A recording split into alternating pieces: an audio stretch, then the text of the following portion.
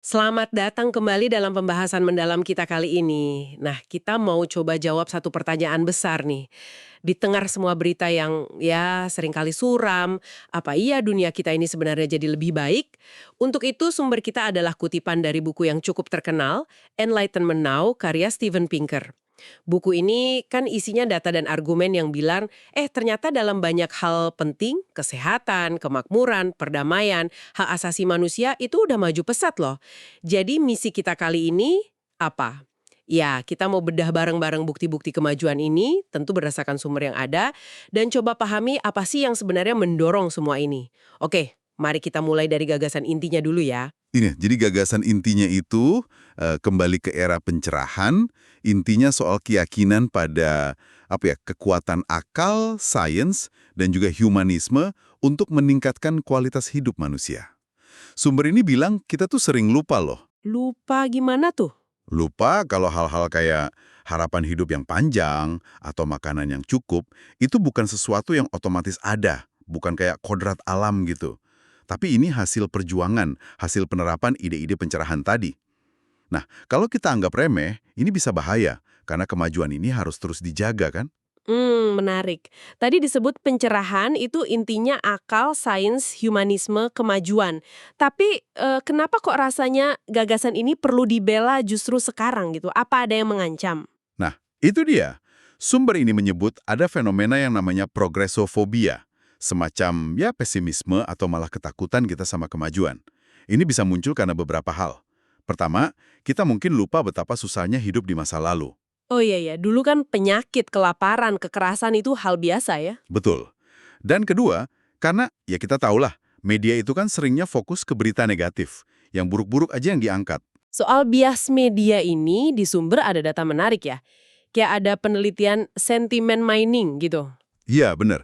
Jadi ada studi yang lihat sentimen berita di New York Times sama berita global selama puluhan tahun.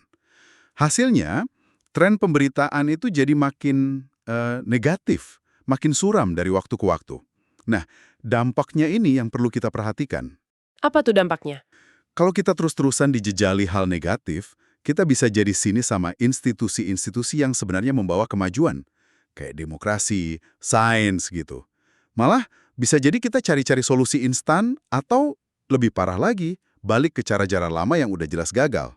Wah, itu cukup serius ya dampaknya? Makanya penting juga diingat, ini menurut sumber ya, para pemikir pencerahan sendiri tuh sadar banget kok kalau manusia itu nggak selalu rasional. Justru karena kita nggak selalu rasional itu, mereka menekankan pentingnya kita membangun sistem, institusi yang mendorong penggunaan akal secara sengaja. Untuk apa? Ya untuk mengatasi bias dan keterbatasan berpikir kita itu. Oke, oke, paham. Nah, sekarang coba kita lihat bukti kemajuannya deh. Yang paling dasar mungkin ya, soal hidup itu sendiri. Gimana perkembangannya? Wah ini perubahannya drastis sekali. Harapan hidup global itu melonjak. Melonjak ya? Iya, dari sekitar 30 tahunan di abad ke-18, sekarang rata-rata global udah 71 tahun. Bahkan di negara maju udah 81 tahun. Dan ini bukan cuma cerita negara kaya loh. Oh, negara miskin juga ikut naik. Ikut naik pesat. Contohnya Kenya, itu harapan hidupnya naik hampir 10 tahun, cuma dalam rentang 2003 sampai 2013. Coba bayangkan. Ekonom Angus Deaton sampai menyebut ini The Great Escape, pelolosan massal dari kematian dini dan kemiskinan. Wow, the great escape. Istilah yang kuat ya. Terus gimana dengan aspek keamanan? Kan sering dibilang dunia makin bahaya.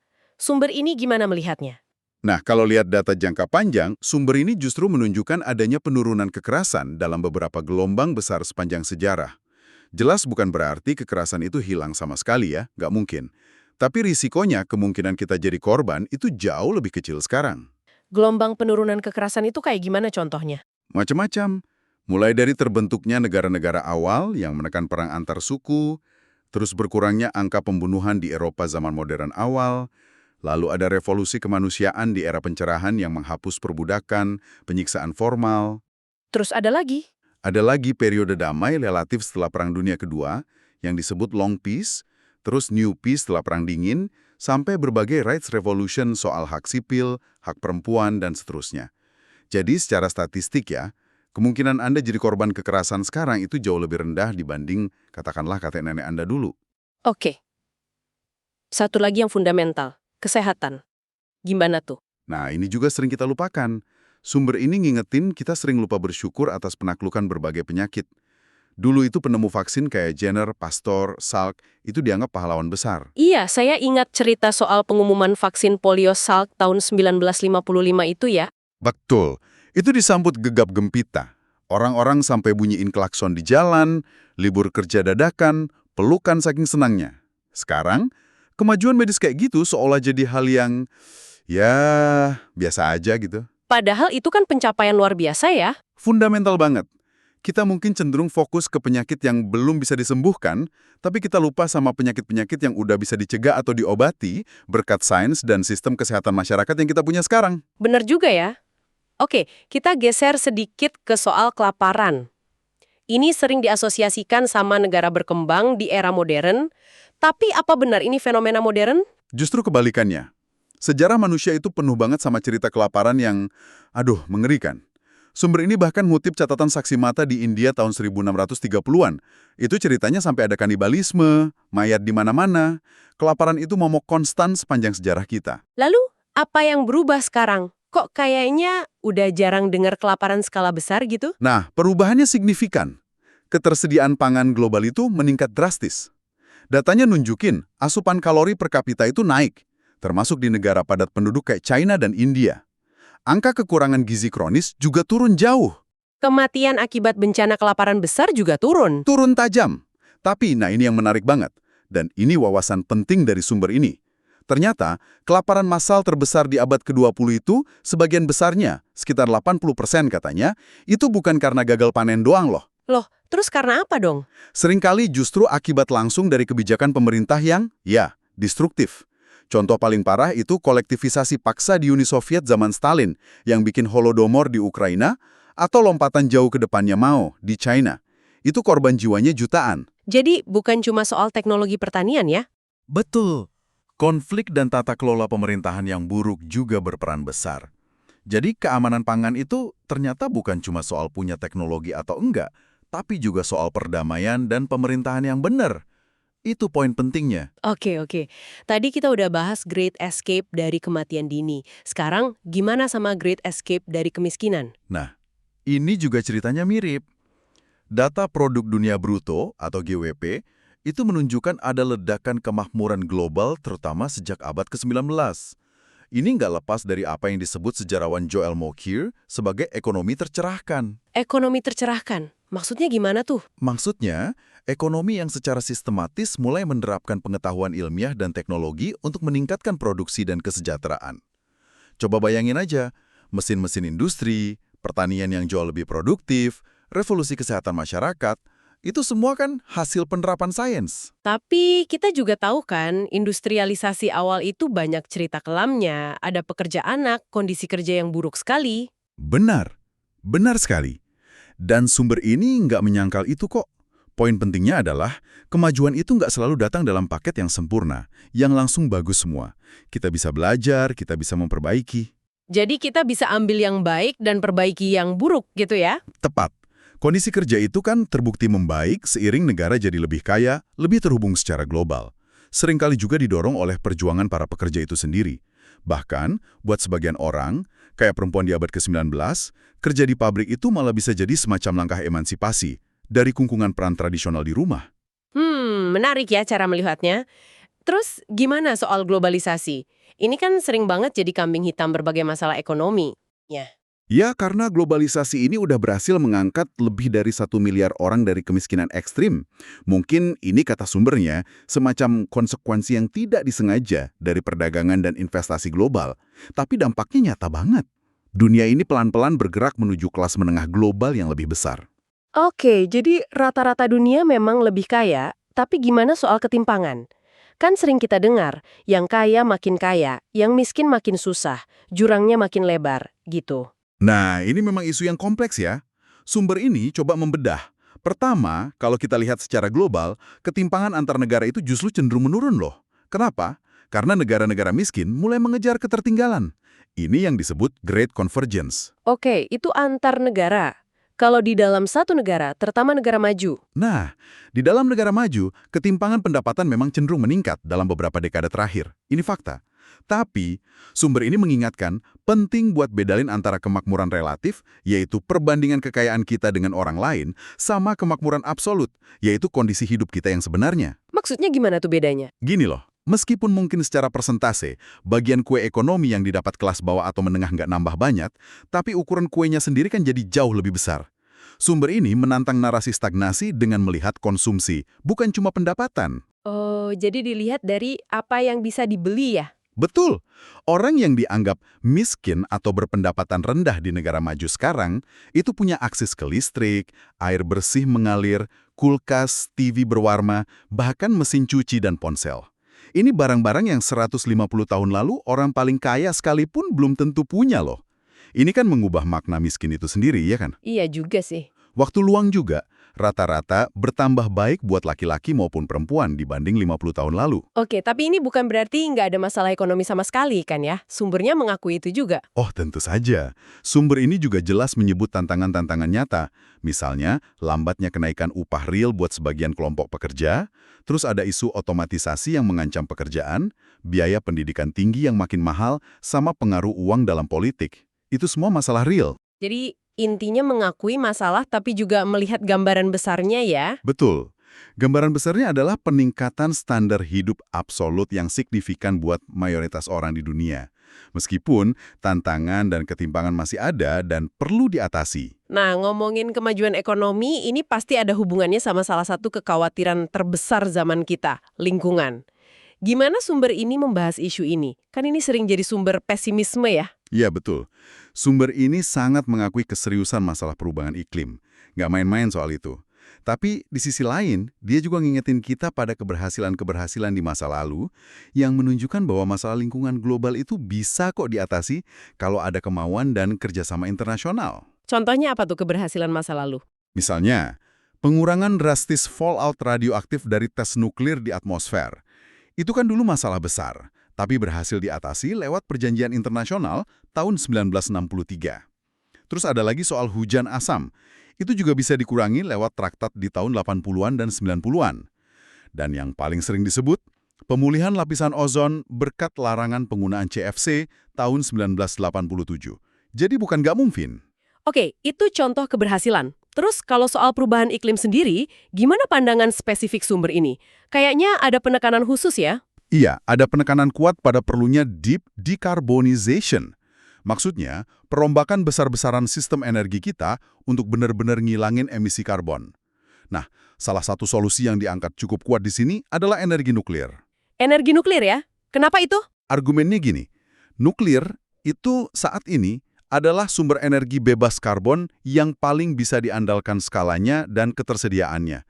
Energi terbarukan kayak surya dan angin itu penting banget dan makin murah, nggak bisa dipungkiri. Tapi masih punya kendala soal intermitensi. Intermitensi, maksudnya nggak selalu ada gitu ya? Iya, kan matahari nggak selalu bersinar, angin nggak selalu bertiup. Dan juga butuh lahan yang sangat luas untuk menghasilkan energi dalam jumlah besar. Nah, sumber ini melihat potensi besar pada teknologi nuklir generasi baru, atau bahkan fusi nuklir di masa depan. Untuk apa tuh potensinya? Untuk menyediakan energi yang bersih, padat energinya, dan murah, tanpa perlu bergantung pada kemauan politik tingkat dewa atau kerjasama internasional yang super rumit, yang kita tahu kan seringkali susah dicapai. Energi murah dari nuklir ini juga bisa dipakai buat hal lain, kayak desalinasi air laut skala besar untuk mengatasi krisis air. Wah, ini pasti pandangan yang memicu diskusi ya, menekankan nuklir. Betul, pasti kontroversial bagi sebagian orang. Sumber ini juga menyinggung solusi lain kayak penangkapan karbon atau geoengineering. Tapi memang energi nuklir canggih ini disebut punya potensi jadi game changer. Sesuatu yang perlu dipertimbangkan serius katanya. Oke, kita geser lagi ke ranah politik dan hak. Narasi umum belakangan ini kan sering bilang demokrasi lagi mundur di mana-mana. Apa kata sumber ini soal itu? Sumber ini ngelihatnya dari kacamata jangka panjang lagi. Dia mengacu pada data historis, kayak dari proyek Polity, yang nunjukin bahwa secara keseluruhan, skor demokrasi global itu meningkat sejak abad ke-19. Memang, ada pasang surutnya, ada periode kemajuan, ada periode kemunduran di beberapa tempat. Nggak linier. Tapi intinya tren jangka panjangnya positif gitu ya. Iya, tren jangka panjangnya begitu. Dan argumennya, inti dari demokrasi itu sebenarnya bukan soal perlu pemilih yang super tercerahkan atau kondisi ideal lainnya. Tapi lebih ke hal mendasar. Apakah warga bisa mengeluh atau mengkritik pemerintah tanpa takut dihukum? Dan apakah ada batasan yang jelas pada kekuasaan eksekutif? Itu intinya. Terus gimana dengan gelombang populisme otoriter yang kita lihat belakangan ini? Di Amerika, Eropa, dan tempat lain. Apakah ini tanda akhir dari nilai-nilai pencerahan? Seperti yang dikhawatirkan sebagian orang? Nah, sumber ini punya interpretasi yang sedikit berbeda. Dia berpendapat bahwa kebangkitan populisme ini, ya katakanlah seperti era Trump atau Brexit, itu lebih dilihat sebagai mobilisasi kelompok demografi tertentu yang merasa terpinggirkan atau terancam dalam lanskap politik yang semakin terpolarisasi. Bukan berarti pembalikan total dari tren jangka panjang menuju hak yang setara. Jadi lebih ke dinamika politik sesaat gitu. Kurang lebih begitu. Dan dia juga menunjuk bahwa institusi-institusi demokrasi, misalnya di AS, itu terbukti bisa memberikan perlawanan balik.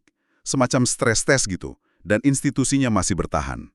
Analisis data pemilu juga nunjukin kalau dukungan buat populis itu nggak melulu soal faktor ekonomi loh. Seringkali lebih kuat kaitannya sama isu identitas, imigrasi, dan rasa aman atau terorisme. Oke. Selain demokrasi secara umum, bagaimana dengan hak-hak individu lainnya? Hak sipil, hak perempuan. Nah, ini area di mana Sundur ini melihat kemajuan yang sangat signifikan. Dia menyebutnya sebagai rights revolutions, revolusi hak-hak. Contohnya banyak. Hak sipil, misalnya di AS, terlihat dari penurunan kemiskinan dan peningkatan harapan hidup warga Afrika Amerika. Hak perempuan, sama.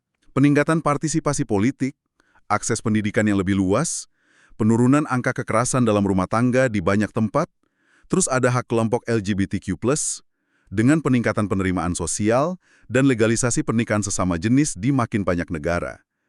Bahkan hak anak dan kesadaran soal hak hewan juga meningkat.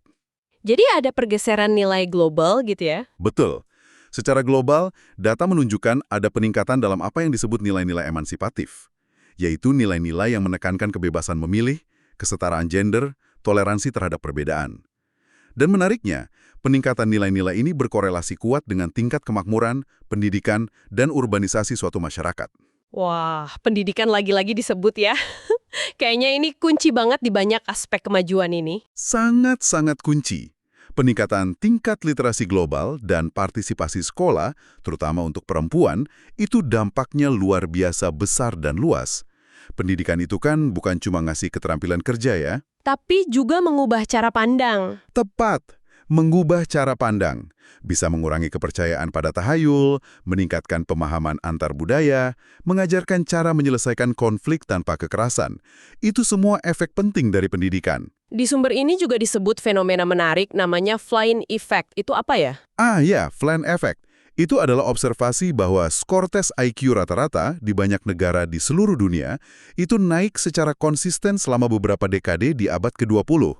Ini bukan berarti kita secara genetik jadi lebih pintar ya. Terus karena apa dong naiknya? Kemungkinan besar karena kombinasi faktor lingkungan.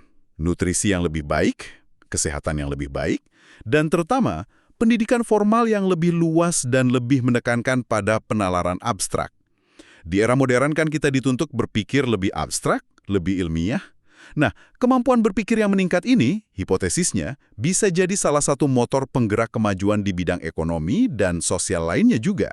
Oke, jadi kita lebih terdidik, kemampuan berpikir abstrak kita mungkin meningkat, tapi nah ini paradoksnya. Di era informasi yang katanya melimpah ini, kenapa kita juga lihat banyak banget fenomena penolakan sains, teori konspirasi yang aneh-aneh, irasionalitas gitu. Gimana sumber ini ngejelasinnya? Nah, ini pertanyaan bagus banget dan sumber ini membahasnya. Argumennya, masalahnya itu seringkali bukan sekedar kurangnya informasi atau buta sains. Kalau kita lihat data, penolakan terhadap konsensus ilmiah, misalnya soal perubahan iklim atau soal vaksin, itu seringkali lebih kuat diprediksi oleh ideologi politik atau identitas kelompok seseorang dibanding tingkat pemahaman sains mereka. Jadi bukan karena nggak ngerti sainsnya. Belum tentu. Lebih karena orang cenderung memperlakukan keyakinan tertentu itu sebagai semacam lencana atau tanda kesetiaan pada kelompok mereka. Ini disebut penalaran termotivasi atau my-side bias.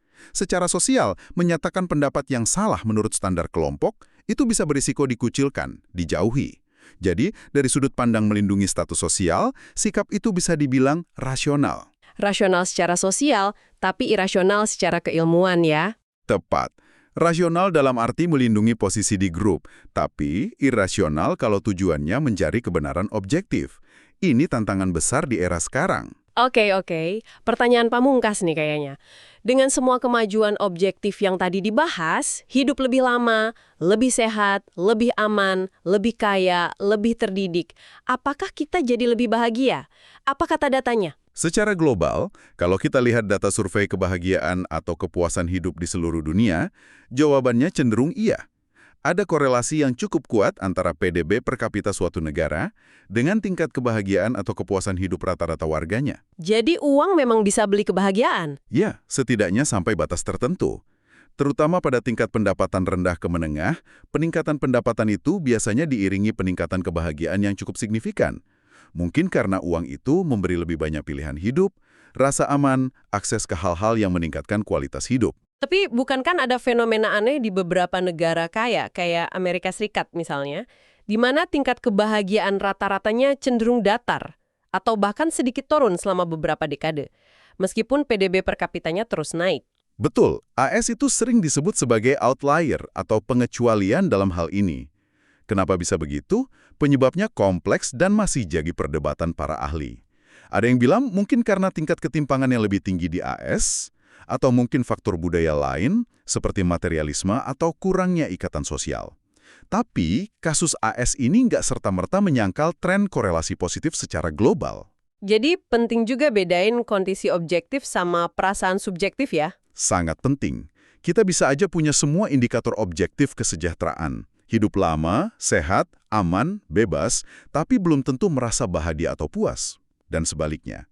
Tapi secara umum, data menunjukkan ada hubungan positif. Oke, satu lagi soal perasaan. Bagaimana dengan bunuh diri?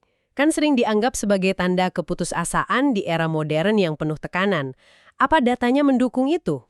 Nah, ini juga menarik. Kalau kita lihat data historis jangka panjang, misalnya dari negara-negara seperti Inggris, Prancis, atau AS, tingkat bunuh diri di masa lalu itu seringkali justru lebih tinggi dibanding sekarang loh. Oh ya, justru lebih tinggi. Iya, memang ada fluktuasi. Tingkat bunuh diri itu bisa dipengaruhi usia, generasi kohort, dan periode waktu tertentu. Misalnya di AS, generasi baby boomer itu cenderung punya tingkat bunuh diri lebih tinggi dibanding generasi sebelum atau sesudahnya, kayak millennials. Jadi, narasi sederhana bahwa bunuh diri terus meningkat di era modern, itu perlu dilihat lebih hati-hati dengan data jangka panjang. Oke, jadi kompleks juga ya soal bunuh diri ini.